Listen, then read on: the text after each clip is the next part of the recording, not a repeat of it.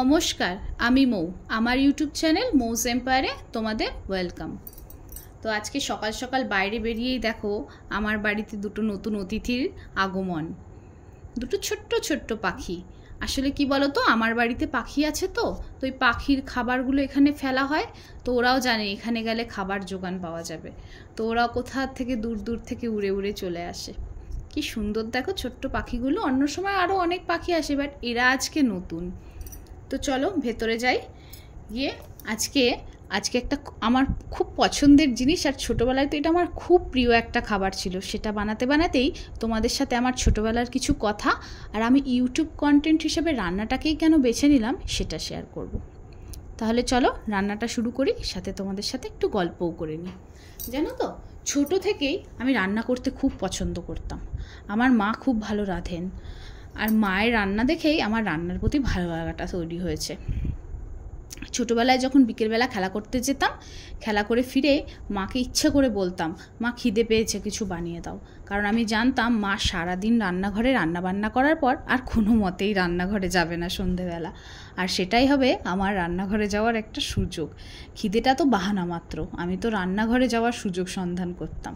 আর তখন মা বলতো, আমি পারবো না, তুমি কিছু বানিয়ে নাও। আর জানো তো, তখন আমি এই চাউমিনটা বানাতাম। আর শুধু তাই নয়, তাড়াতাড়ি পড়া করে উঠে পড়তাম। রাতে মা যখন রুটি করতে যাবে, মায়ের পাশে বসে বসে দেখবো মা কী করে গোল গোল রুটি করে। আর আমার ছোটো থেকে খুব ইচ্ছা ছিল এরকম গোল গোল করে রুটি। আর আমার মা না প্রত্যেকটা রুটি একদম এক মাপের তৈরি করে, কি করে করে জানি না। আমি এখন একটু চেষ্টা করি, হয়, তবে মায়ের মতো হয় না। তা ওটা একটা শেখার খুব আগ্রহ ছিল। মাঝে মাঝে মা দিয়েও দিত রুটি বেলাটা, যে নেই কতটা শিখেছিস দেখি। তখন রুটি বেলতাম, কিন্তু সেটা যে কোন দেশের মানচিত্র হতো জানি না। অনেক সময় দাদা খুব মজা করতো খেতে বসে সেটা নিয়ে। তারপর দাদার সামনে লজ্জা থেকে বাঁচতে অনেক সময় চাকু দিয়ে গোল করে রুটিটা কেটে নিতাম, তারপর সেটাই সেঁকে দিতাম। আর মা আর দাদা সেগুলো কোনো অভিযোগ ছাড়াই খেয়ে নিত, জানো তো। আর হয়তো এটাই ছিল আমার রান্নার প্রতি আগ্রহ হওয়ার একটা প্রধান কারণ। ওরা যদি তখন আমাকে এভাবে সাপোর্ট না করতো ওই রুটিগুলো খেয়ে, তাহলে হয়তো আমি রান্না করতে ভয় পেতাম, আর রান্নার প্রতি আমার ভালো লাগাটাও হয়তো তৈরি হতো না। আর সেই ভালো লাগা আর ভালোবাসা থেকেই আমার এই রান্নাটাকে ইউটিউব কন্টেন্ট হিসাবে বেছে নেওয়া। দেখো, আমার থেকে অনেকে হয়তো অনেক ভালো রান্না করে, আরও অনেক বড় বড় রাঁধুনি শেফরা আছে, বাট আমার মনে হলো আমি যেটুকু জানি বাকিদের সাথে সেটা ভাগ করে নিই।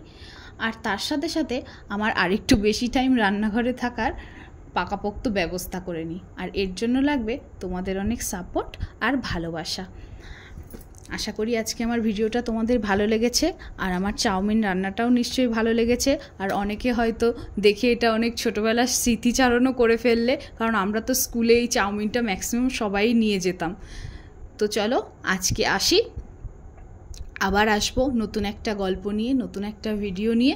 তোমাদের যদি আমার এই ভিডিওটা ভালো লাগে একটা লাইক করে দিও, আর আমার চ্যানেলটাকে সাবস্ক্রাইব করে দিও। ততক্ষণ সবাই ভালো থেকো, সুস্থ থেকো, সুরক্ষিত থেকো।